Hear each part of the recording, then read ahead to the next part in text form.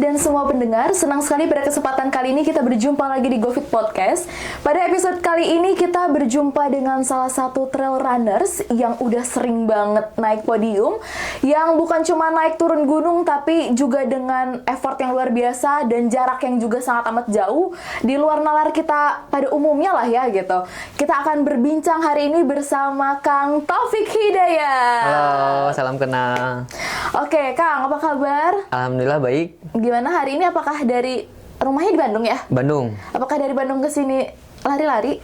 Aduh, kalau lari udah effort, kemarin udah lari saya. Jadi pakai travel aja. Oke, jadi kalau larinya datar udah nggak seru ya? Kalau mungkin seru. kalau dari Bandung ke sini Bisa jadi saya nanti lari kalau misalkan banyak bukit, tapi di Jakarta nggak ada bukit. Iya, oke. Nah, oke, jadi seperti yang sudah aku bahas tadi teman-teman ya, jadi Kang Taufik ini adalah seorang trail runners yang sering sekali naik podium. Tapi mungkin banyak juga teman-teman di luar sana yang belum familiar apa sih itu trail runners. Jadi kita akan cari tahu dulu nih sebenarnya trail runners itu apa sih, dan kemudian kenapa akhirnya nih Kang Taufik bisa terjun ke trail runners dan sebagai atlet elit nih saat ini gitu. Ya, kalau misalkan paling saya jelasin dulu apa itu trail runners. Nah, kadang orang taunya trail. Trail itu apa sih? Nah, sebenarnya beda dengan lari pada umumnya gitu jadi trail running itu kita berlari di medan berbukit, berbatu, berakar, naik turun gunung. Nah, itu namanya trail. Nah, kebetulan saya memang alhamdulillah bisa jadi atlet nasional di trail running karena udah beberapa kali mengikuti event di trail running gitu.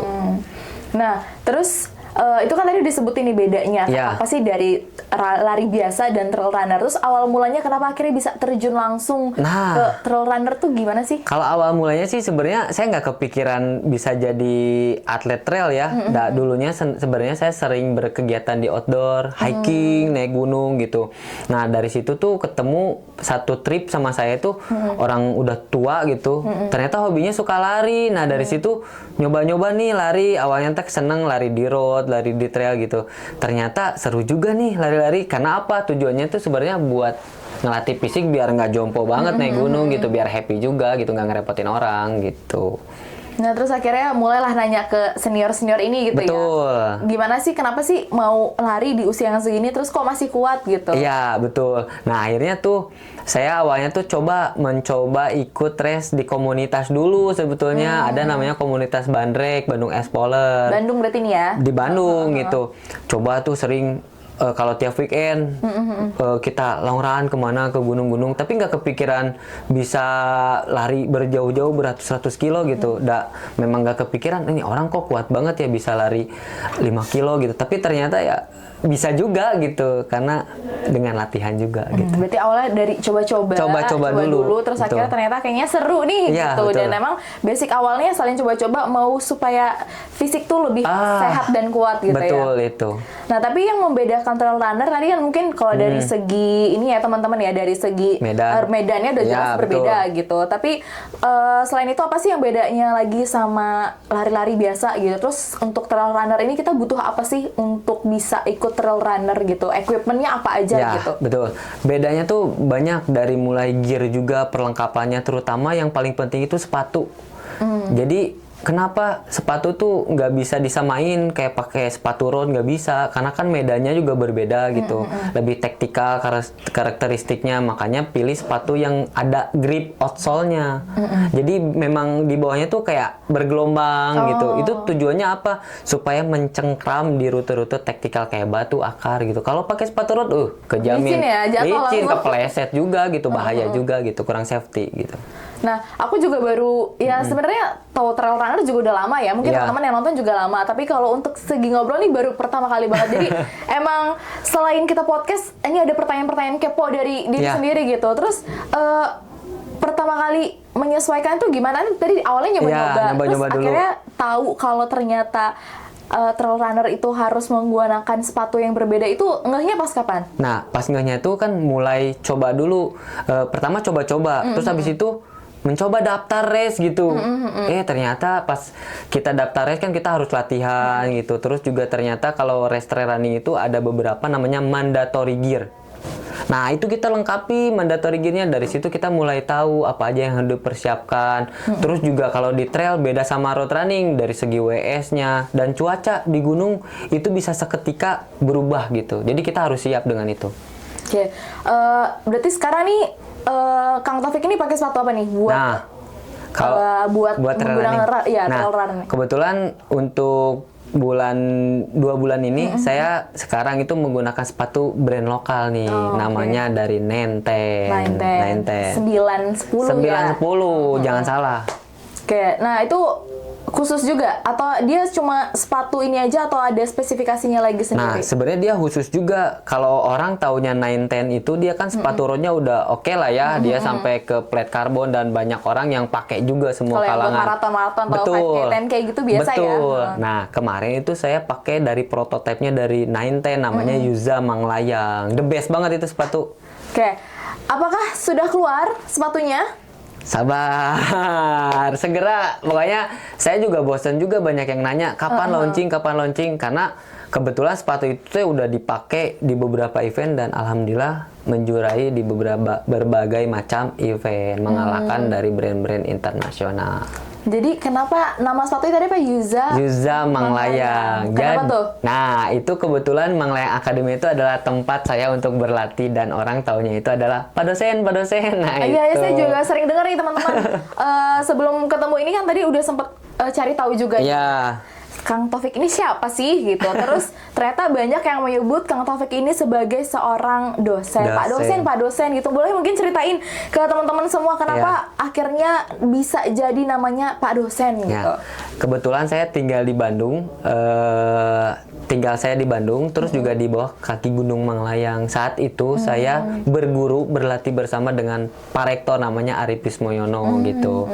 Nah, dari situ kita latihan sering, mempersiapkan ikut race, dan terpikir kita cuman berdua nih yang paling sering latihan di Manglayang dan kita udah bikin aja namanya Manglayang Academy. Saya rektor, kamu dosen. Oke, terus kita mengikuti beberapa event dan alhamdulillah menjuarai. Saya sama beliau sering juara di mana-mana dan udah melekat. Oke. Dosen itu. Pak dosen. Gitu. Jadi itu asal mula akhirnya mungkin dari sering naik podium, kemudian dari brand 910 ini akhirnya tertarik untuk berkolaborasi untuk menciptakan suatu sepatu. Betul, gitu, dengan Manglayang Academia dan seri yang saya pakai itu adalah Yuza X Manglayang Academy. Iya, waktu dengar Manglayang nih kayaknya dataran Sunda banget ya gitu. Iya, betul. Ya, kita nggak tahu nanti kalau mungkin ke depannya ternyata memang banyak masyarakat mancanegara yang tertarik untuk pakai, kan akhirnya nama-nama lokal ini akhirnya juga makin mendunia. Betul. Gitu ya. Nah, berbicara mengenai track dan juga tips untuk trail run ini. Apa sih tips dari Kang Taufik nih buat teman-teman yang baru mau coba trail run? Harus gimana sih? Harus apa sih gitu? Ya, tips pertama sepatu. Pilih sepatu yang tepat gitu. Yang itu yang tadi saya jelasin. Jadi sepatu road sama trail tuh berbeda banget dari segi outsole bagian bawahnya. Jadi harus cari yang pilihan ada gripnya karena biar lebih aman. Jadi step by step latihan dari mulai jarak pendek, terus juga mengikuti event supaya kita ada goals yang mau kita capai gitu. Jadi intinya pilih dulu sepatunya yang pas. Baru mandatory gear lain menyusul gitu. Nah, terus mengenai itu buat teman-teman yang baru mau coba lagi selain sepatu, apalagi sih yang harus disiapkan? Nah, sepatu, gear udah lengkap, latihan udah proper. Satu lagi kunci buat bisa sukses. Nutrisi saat, sebelum, dan sesudah race itu penting. Kenapa? Banyak orang yang ngomong bullshit, nutrisi nggak penting. Penting, saya rasain.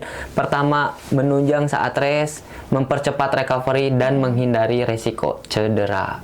Gitu.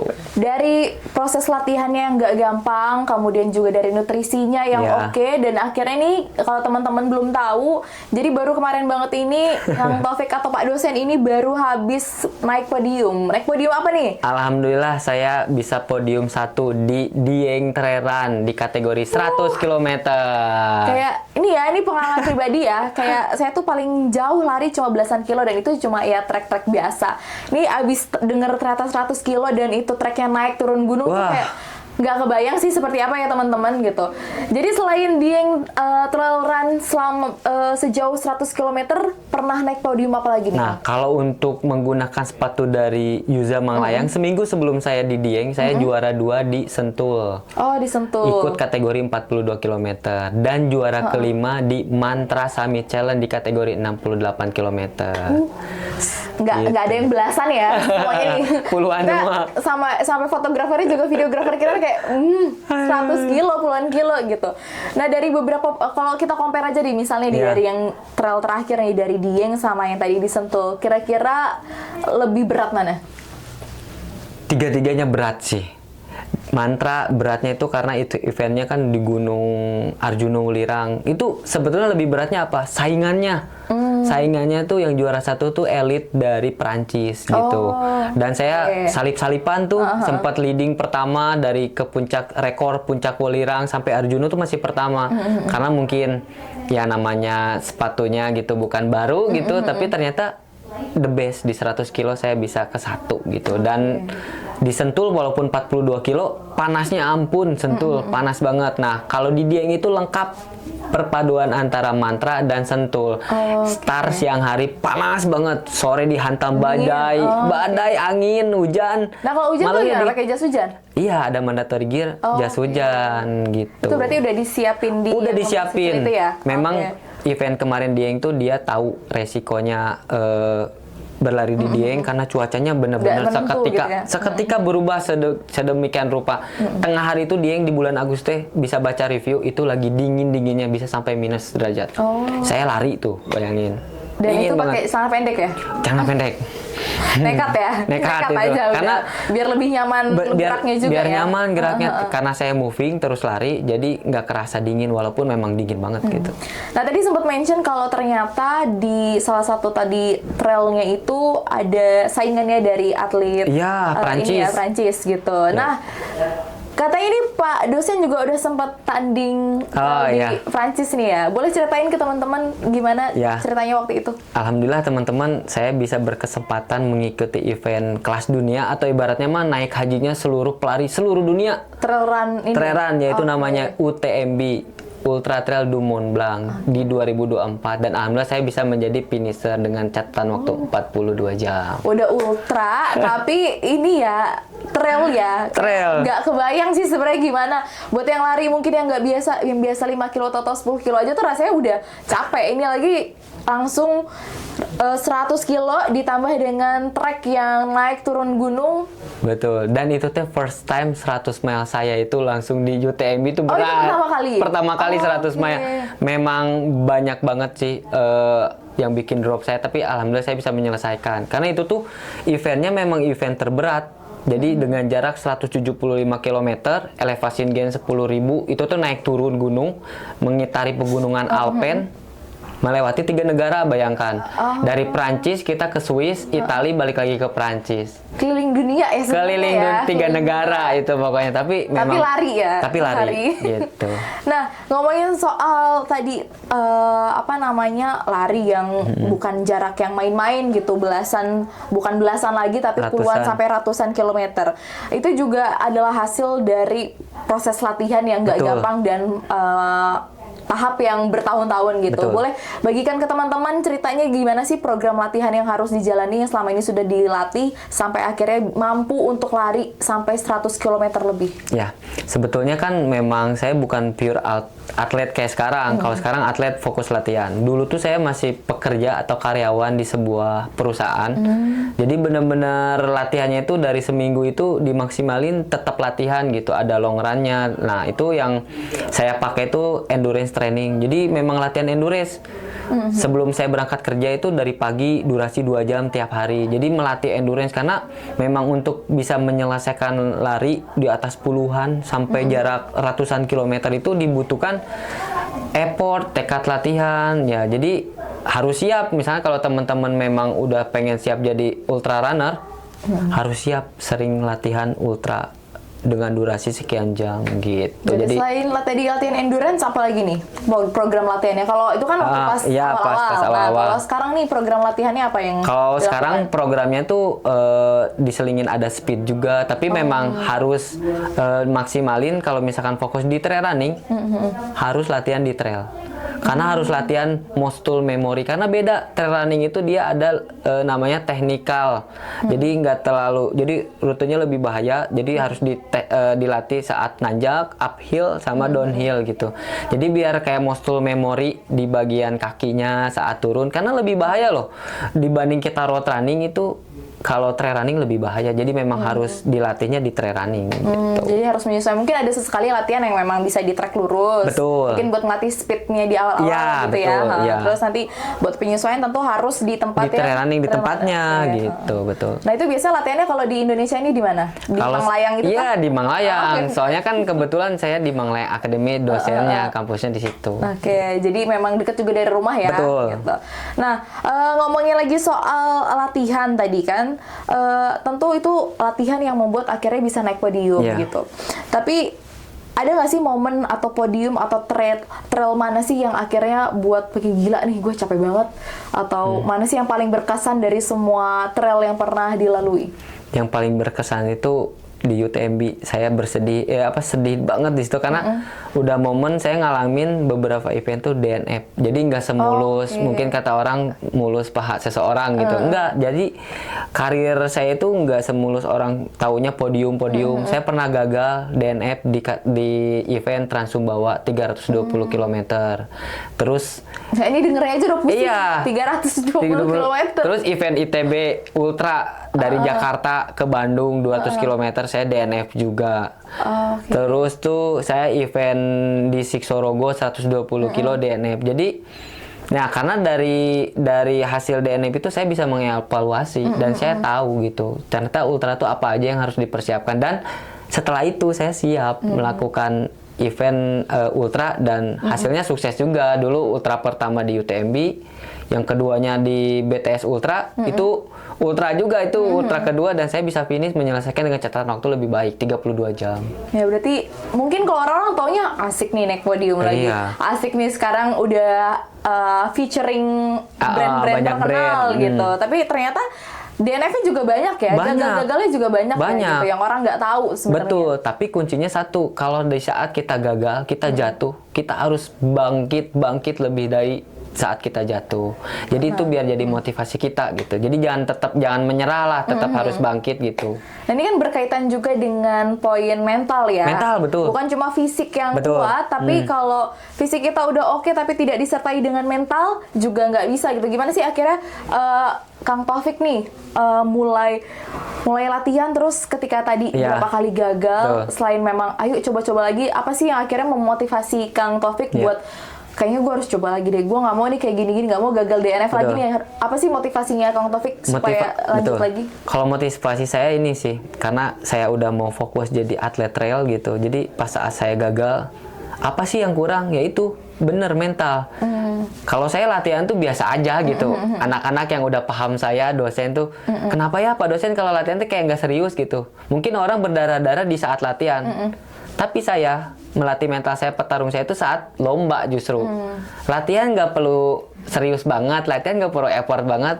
Kita bercanda-bercanda saat latihan, tapi pas saat lomba kita tunjukkan mental itu, keluarkan mental, nggak mau kalah sama lawan gitu, dan kita siap mau lawan siapapun kita harus bisa. Dan itu mental itu tuh tergantung balik lagi ke ini masing-masing individu. Jadi kalau kita memang serius mau jadi pelari, latih mental itu. Berarti mental terbentuk yaitu motivasi dari diri sendiri, dan kita lihat lawan kita dan pengalaman saat ikut race gitu. Menarik banget nih buat teman-teman. Jadi nggak cuma di trail run, tapi juga di ragam kegiatan kita ya sehari-hari. Mental itu utama gitu. Selain fisik, ya sebenarnya keduanya sih harus imbang ya. Betul. Kalau mentalnya oke, tapi fisiknya juga nggak dilatih, sama aja bohong. Sama aja bohong, gitu ya. betul. Oke, ini aku ada beberapa pertanyaan yang Kang Taufik harus jawab secara cepat ya. Siap. Jadi silakan boleh dipilih. Ini this or that gitu ya. Lari di trek lurus dan mulus, atau naik turun bukit berbatu? Naik turun Bukit Berbatu. Atlet trail run Iya, banget ya. trail run banget, downhill gaspol. Oke, lari di hutan pinus yang teduh atau di savana yang lapang? Hutan pinus yang teduh. Oke. Saya nggak kuat panas. Trail run 10 kilo secepat mungkin atau trail run 50 kilo dengan santai? Trail run 50 kilo dengan santai. Oke. Capek soalnya, capeknya sama, mending nyantai. Tanjakan curam yang pendek atau tanjakan landai yang panjang? Tanjakan curam yang pendek, jadi biar cepet. Oh, intinya biar cepet Biar cepet cepet, ya. kalau Udah terlalu panjang sulit susah. kalau atlet nih maunya yang cepet-cepet Mau dulu nih cepet, teman-teman ya. gas. Sepatu trail run yang ringan tapi kurang empuk atau yang berat tapi super empuk? Berat super empuk, karena empuk tapi dia stabil. Oh gitu. Berat. Itu Kalau ya ringan tipsnya ya, kurang teman-teman stabil. ya. Oh gitu. Jadi Gitu. harus berat ya. Iya. Nah, kalau ringan kita terbang. Ah nih. betul. Terlalu terbang nanti jatuh. Oke. Terakhir, lari di gunung yang sama tiap minggu atau lari di gunung baru setiap hari? Lari di gunung yang sama setiap minggu di Manglayang Akademia. Bener-bener iklan mulu nih ya kita. Ya. Nanti mungkin kalau misalnya ada teman-teman di luar sana yang mau, Kang atau Pak dosen mau ikutan dong, gimana sih? Boleh nggak ikutan lari di Manglayang? Boleh nggak? Boleh banget. Kita membuka open minded buat semua pun karena saya juga waktu itu bisa trail running itu karena sama Pak Rektor semua orang banyak mau dari luar kota pun banyak yang join di Manglayang Academy. Langsung aja join DM gampang. Langsung DM ya. Langsung Nanti DM aja. dibahas gitu. Siap. Oke, jadi terbuka untuk siapapun. Tapi ada nggak sih kalau trail run ini batasan usia gitu? Takutnya kalau misalnya di lomba nih, misalnya kita lihat Ya, yang ya. di medali-medali yang ada di sini aja tuh ada junior dash finisher gitu. Ya. Ada nggak sih batasan usia buat di trail run ini? Kalau di trail running beberapa event tuh minimal 17 tahun. Tapi 17 ada tahun. jadi tergantung eventnya. Sebenarnya ada juga yang kategori fun run itu anak masih kecil juga bisa ikut. Jadi menyesuaikan. Biasa kategori 7 kilo, 5 kilo di bawah gitu. Oke. Nah, kalau sekarang nih target terdekat dari Ya. Pak dosen nih apa sih? Event apa atau apa sih yang lagi mau dikejar sekarang ini? Oke, minggu depan saya menjadi pacer di Maybank dan menggunakan sepatu carbon plate dari 910. Oke. Terus awal bulan saya mengikuti race di Merbabu Skyra 2 kategori langsung 42 kilo dan 21 kilometer. Oke. Kalau Padat nih. Kalau 42 sama 21 mah merem lah ya. Ya merem lah. Kan tadi daripada jarak jauh langsung yang mending dibagi dua Oh gitu. iya, bener. Double winner lah. Ya, siapa tahu dua-duanya bisa langsung podium satu lagi Amin, gitu kan. Ya kita gitu. aminkan teman-teman Iya. ya. Semoga bisa Amin. tercapai untuk tadi angan-angannya. Tapi sebenarnya dulu waktu kecil cita-citanya jadi apa sih, Kang? Sebetulnya cita-cita saya tuh pengen jadi pemain sepak bola Oh, sih. pemain sepak Pemain bola. Persib gitu. Persib. Tapi ya nggak tahu ya. Mungkin nih ada pemain Persib yang lagi nonton atau mungkin pelatih Persib yang lagi nonton nih, boleh nanti barangkali ada kesempatan friendly match gitu ya. Sama. Kang Taufik bisa diajak gitu. Nah, jadi terus tapi dulu sempat latihan bola juga. Saya dulu sempat masuk ke ini akademi pemain bola, tapi waktu pas SMP tuh saya sempat ada cedera gitu, jadi ke dislokasi kan kalau kita nggak nge-sliding lawan, kita di-sliding Oh lawan. iya, itu emang dua itu doang. Iya sih emang dua pilihannya. itu. Nah dari situ saya nggak benerin tuh bertahun-tahun, akhirnya dislokasi. Jadi memang kaki saya sebenarnya sebelum mengikuti lari tuh sempat disaranin sama dokter teman saya pelari juga, kamu harus dioperasi gitu. Tapi karena saya yakin dengan tubuh saya sendiri, kaki saya juga walaupun hancur dislokasi, tapi saya yakin sampai sekarang alhamdulillah kalau kita harus operasi itu bertahun-tahun biayanya juga pemulihan, mahal pemulihannya.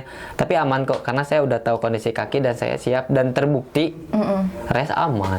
Nah itu akhirnya mungkin balik lagi ke poin ini ya, mental dan juga positif mindset gitu ya. Betul. Karena memang saya beberapa kali mengikuti race sampai jarak ultra itu. Sebetulnya kunci pertama betul, 99% mental, 1% itu fisik kita. Mau orang sekuat apapun latihannya, 99% mental.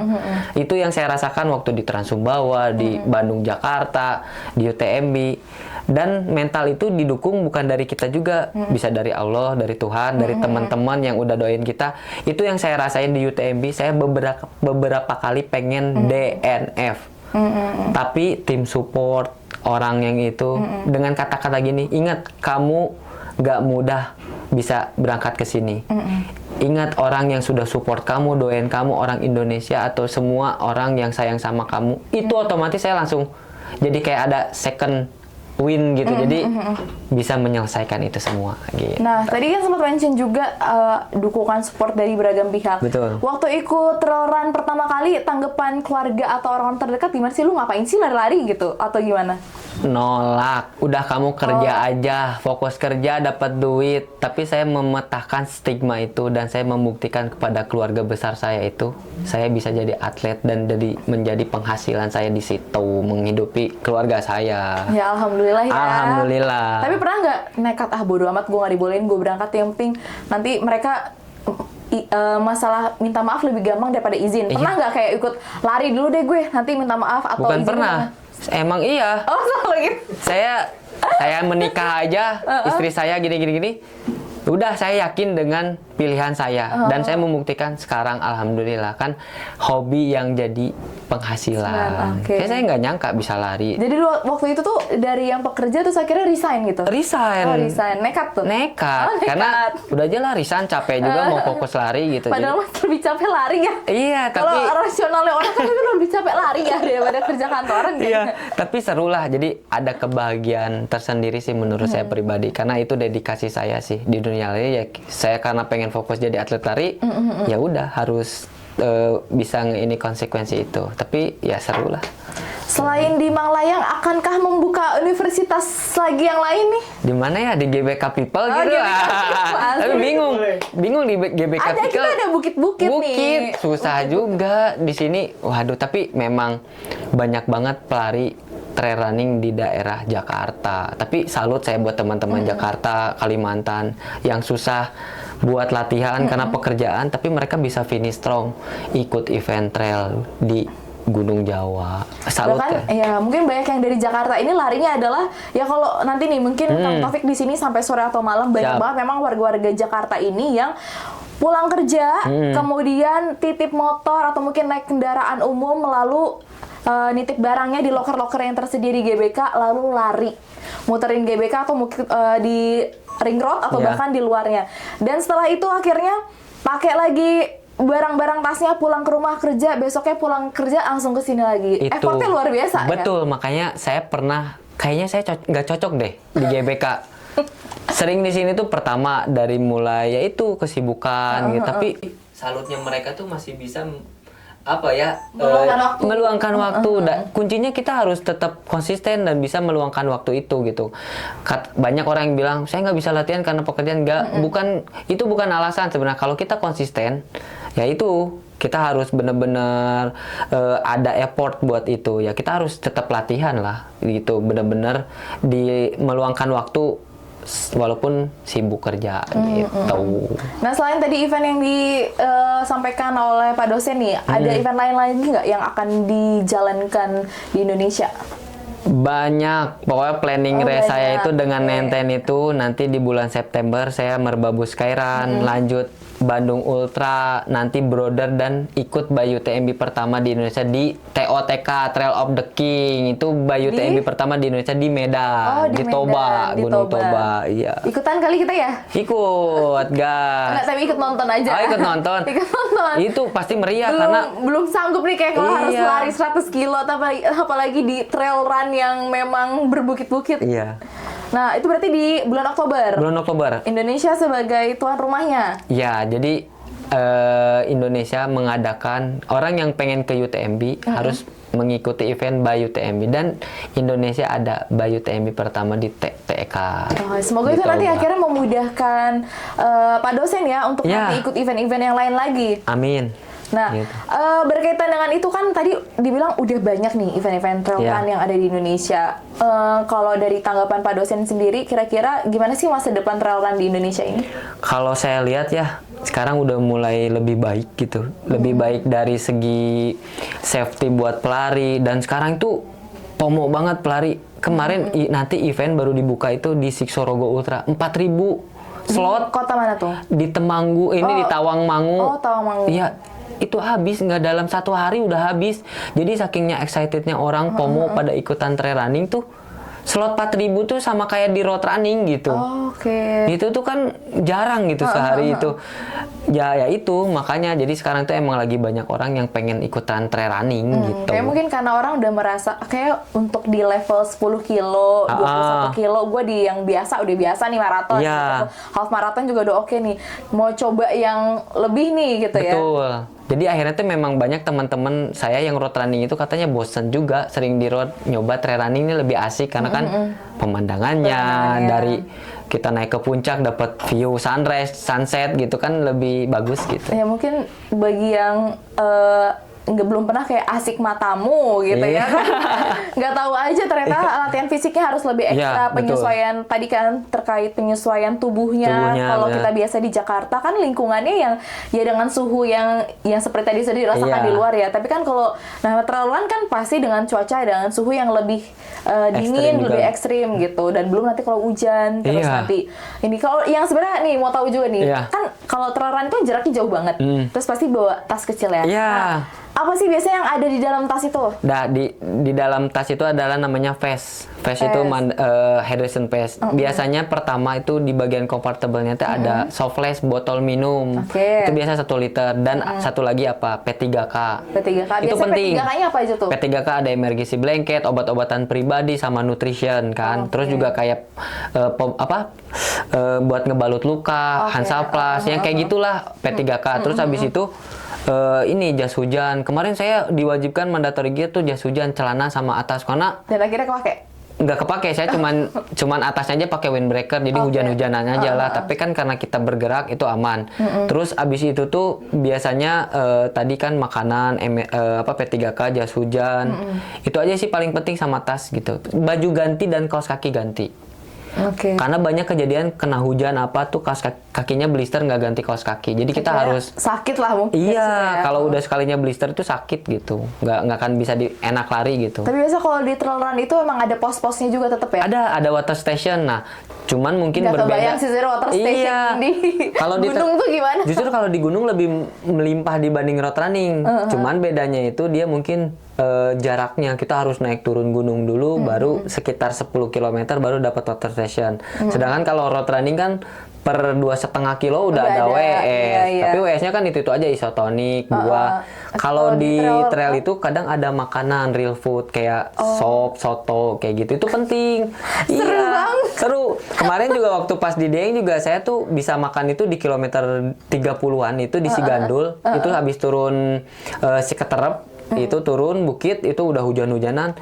Saya kan gap sama lawan tuh hampir 10 menitan gitu. Jadi ada waktu 10 menit saya buat bersantai. Bersantai. Makan, minum, Sombong banget ya, bersantai. Pakai kursi gini, leye-leye minum nunggu lawan datang lawan saya baru pergi. Iya, kan nggak mungkin dia langsung ngejar saya. Itu strategi, guys. Jadi memang harus memanfaatkan water station sebaik mungkin. Karena kalau sekalinya kita telat ngisi nutrisi, mau sekuat apapun, mau sebagus apapun nutrisi nggak akan masuk. Akhirnya nolak tubuh kita. Nah, itu harus dilatih saat latihan. Oke, pernah nggak yang abis makan tuh kayak, udah deh gue push lagi nih lari, tapi abis itu jackpot, pernah nggak? Pernah waktu di Siksorogo mentang-mentang saya leading posisi pertama. Sombong nih. Sombong nih. Posisi pertama dan yaitu salahnya saya tuh jangan menyepelekan lawan. So-soan paling di depan gitu. Nggak pakai nutrisi gel gitu. Kayaknya nggak ada yang ngejar nih, aman nih. Ya itu saya yang baru alamin di Siksorogo tuh kan karbohidrat tuh nggak boleh terlalu banyak. Cekasar nama nasi jangan terlalu banyak. Itu di situ saya super bubur 1 mangkok. Sayur sop daging 1 mangkok, bayangin. Penuh lah tuh perut ya. Penuh perut, ibaratnya kata orang Sunda mah uruk angen. Jadi di sini perut jadi susah. Nasi tuh begah bener karena setelah DNF di situ jadi ternyata makan tuh jangan terlalu banyak karena ada porsinya, jangan terlalu berlebihan dan jangan terlalu kekurangan, harus pas. Gitu ya teman-teman. Jadi bukan cuma oke nih gue udah biasa lari di road yang biasa, mau coba trail run terus ya udah lari aja, tapi jangan lupa ternyata dari segi water stationnya itu juga bukan water station ya. Iya. Food station Food sih. station, makan tetep gitu. Bener. Lah biasanya Kang Taufik ini ini nggak, maksudnya ngasih waktu nggak? Kayak gue makan di 2 menit, 5 menit gitu. Ya, kalau misalkan race di luar mah saya nggak bisa nyantai. Jadi karena kan lawannya juga kenceng gitu. Kalau di Indonesia tuh bisa sampai paling lama tuh setengah jam. sombong Jadi banget ya, iya Teh. tergantung kondisinya. Kan kita tuh kayak waktu kemarin juga di WS saya tuh setengah jam tuh kan sholat dulu, makan dulu, refueling kayak gitu. Dan ya itu yang saya lakukan tuh karena udah pengalaman juga. Dulu mah mentang-mentang kedinginan, kehujanan, nggak ngerasa haus. Nah itu kadang Nekat jalan terus gitu iya, ya? nanti itu banyak kejadian hipotermia, Oke. orang dehidrasi parah karena ngerasa badannya nggak kenapa-napa, padahal dehidrasi. Makanya jangan dilewat nutrisi itu. Kayak biasanya mah banyak yang nanya kenapa bang suka minum Coca-Cola gitu. Di WS tuh ada Coca-Cola isotonik. Oh, disediain itu? Iya, itu penting karena kan kita butuh gula gitu. Oh, Nah, itu dari Coca-Cola tuh ada gulanya, tapi sodanya dihilangin gitu. Terus elektrolit buat apa? Biar kita nggak kram. Oke. Karena kan kita berkeringat ngeluarin elektrolit gitu. Dan air putih yang paling penting. Itu jangan sampai ini kasihan ginjal. Dikasih gel terus, kasihan ginjalnya. Jadi minumnya juga harus bagus.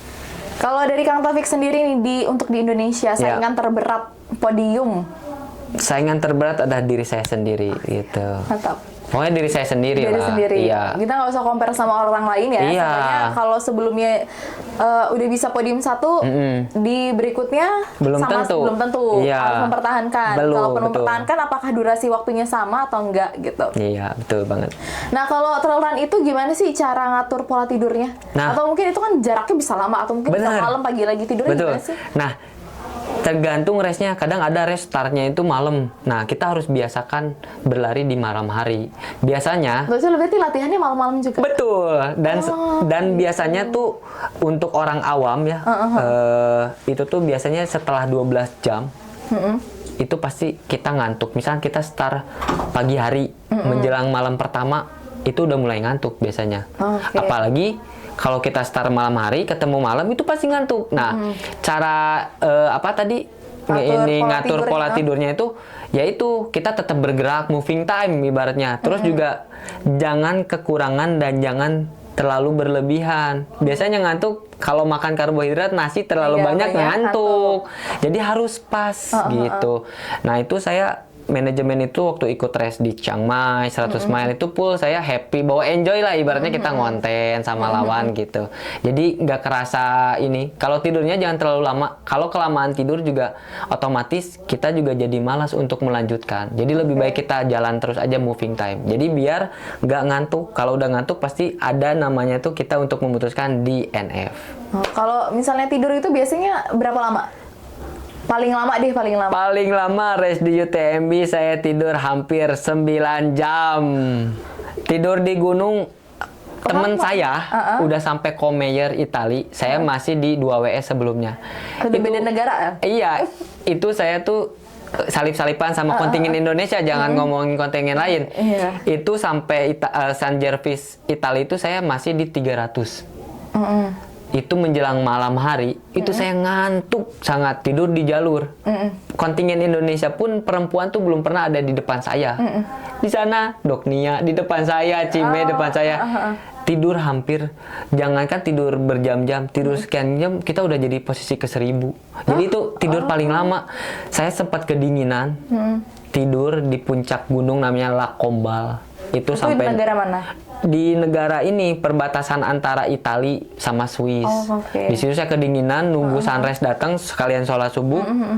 Yaitu karena saya pertama kali 100 mile di Eropa tuh nggak kebayang gitu berlari di pegunungan es tuh kayak gimana, bener-bener itu Bahkan mungkin itu udah pernah ke Eropa sebelumnya tuh? Belum pernah. Oh, baru pertama juga? Baru pertama. Jadi benar-benar baru pertama, terus menyesuaikan, langsung ikut event dan kekurangan istirahat. Ibaratnya mah aklimatisasinya saya kurang. ya? Saat race itu, saya tuh nggak tidur sama sekali. Dan itu baru sampai langsung race atau Iya. jeda berapa hari? saya datang itu 3 hari sebelum race. 1 hari pertama itu langsung datang check-in penginapan apartemen itu saya langsung konten di stadion yang view-nya The Mont Blanc itu. Terus ternyata belum menyesuaikan, kalau orang bilang jet lag ya. Saya ternyata nggak jet lag sama sekali. Jadi full sampai malam itu berkegiatan, prepare. Ya, jadi kekurangan. Jadi memang harus aklimatisasi minimal seminggu atau 1 bulan sebelumnya gitu. Jadi saya kemarin kurang banget gitu. Kayak mungkin kita ngerasa tubuh kita nggak kenapa-napa, tapi sebenarnya itu misalnya tadi Iya. ternyata nggak rasa jet lag, tapi sebenarnya itu kita butuh istirahat gitu. Butuh Akhirnya istirahat. tetap kita harus tetap luangkan waktu untuk istirahat sesuai porsinya gitu ya. Betul, karena kan perbedaan di Eropa sama Indonesia beda jamnya. Saya biasa tidur abis Isya, bangun dini hari atau subuh lah, tahajud gitu. Di sana tuh tidur jam 10, ternyata jam 2-3 pagi saya udah bangun. Oh, oke. Sedangkan subuh di sana tuh jam 7 pagi, berarti masih jauh ada banget. jauh banget, masih 4 jam udah nggak bisa tidur. Kalau udah bangun susah lagi tidur. Susah lagi, terus seharian di situ saya aklimatisasi naik ke Gunung Breveng, terus pakai gantole ke sana, menyesuaikan di ketinggian 3.000 4.000. Jadi bener-bener di gear yang saya pakai, ya memang itu jadi evaluasi saya, tapi nggak apa-apa sih, saya nggak menyesal. Jadi justru saya tahu apa yang harus dipersiapkan buat next kalau bisa ada kesempatan bisa berangkat ke UTMB lagi. Ya mungkin suatu saat bisa podium di sana. Amin. Meskipun memang kita tahu ya saingannya sulit di sana elit atlet gitu. Tapi kalau kita mau coba, mau usaha, nggak ada yang nggak mungkin gitu ya. Betul. Baik lagi mentalnya lagi ya. Mental lagi. Harus positif mindset kalau bisa melalui. At least harus bisa selesai, jangan sampai DNF. Betul, gitu. Oke. Mungkin boleh kasih tips buat teman-teman di luar sana, Ya. apalagi mungkin 2 tips ya. Tips 1 untuk teman-teman yang baru mau coba trail run, kemudian tips berikutnya adalah yang udah coba trail run terus mau konsisten apa? Ya, pertama kalau buat teman-teman yang baru mulai latihan, pertama putusin dulu kalau emang kalian bener-bener fokus mau di satu bidang atau trail running, kalian harus konsisten. Latihan, dedikasi kalian di training, latihan kayak gitu itu penting banget. Jadikan itu suatu kebiasaan. Kalau udah jadi kebiasaan tuh otomatis kita juga enjoy. Ibaratnya kalau prinsip saya tuh lari dengan hati yang gembira gitu. Jadi nggak ada paksaan sama sekali.